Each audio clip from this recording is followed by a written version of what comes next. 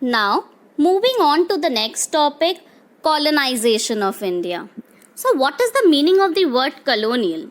It means establishment of a colony in one territory by a political power from other territory. So, the moment British took over India, India became a colony. Now, let's look at the meaning of colonization.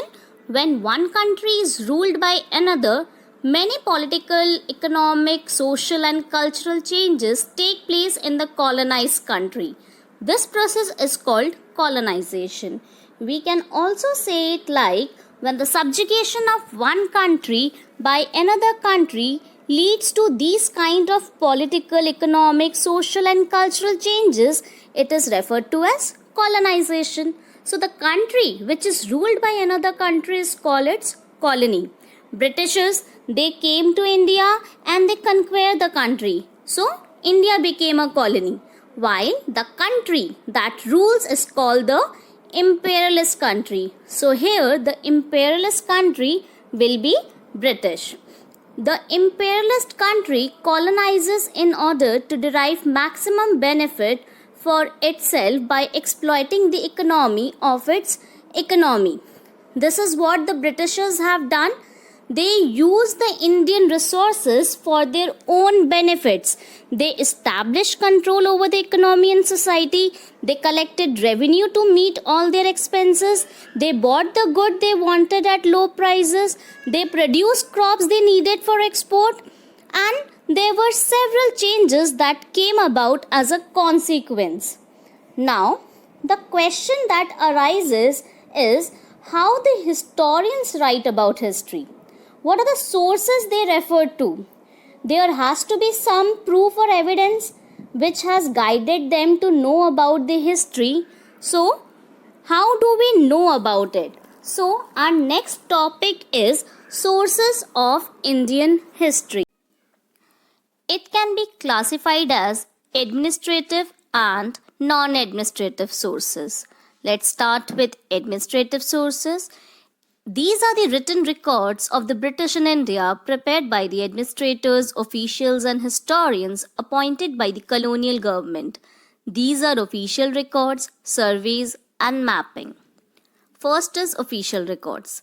Official records of the British administration are a very important source as the British they believe that every instruction, plan, policy and decision had to be written and recorded for clarity and for quoting in case of any future dispute.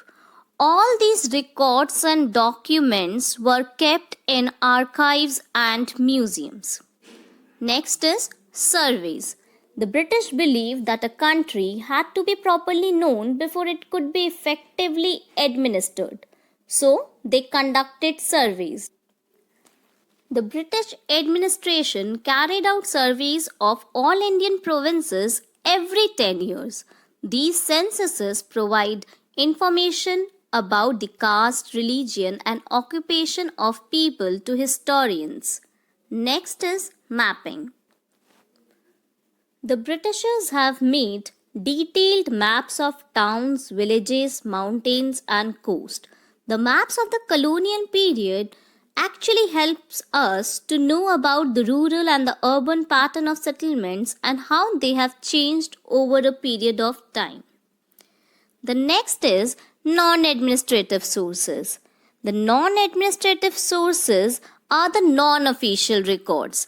These are printed books, biographies and autobiographies, newspapers, magazines, letters, pamphlets, films, photographs, painting, artifacts and historical buildings. With the introduction of printing press, more books were produced and were easily available for the common people. These books help in the spread of national spirit among the masses. Government records, on the other hand, spoke only on the administrative measures taken during the period, suggesting what the British wished to preserve for posterity. Biographies and autobiographies. A number of biographies and autobiographies were also written by people during this period. Next, photographs, paintings. Photography, a new and a valuable medium of art, It also captures historical moment which facilitates a near perfect historical representation. If we look at the pictures deeply, we will get to know about that time period. Next, historical buildings.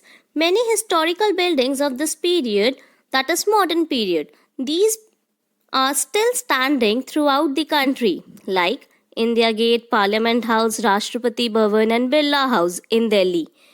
The buildings bear testimony to some of the important political developments of the modern period. The last non administrative source is oral histories. Oral histories are another way for historians to learn about the past.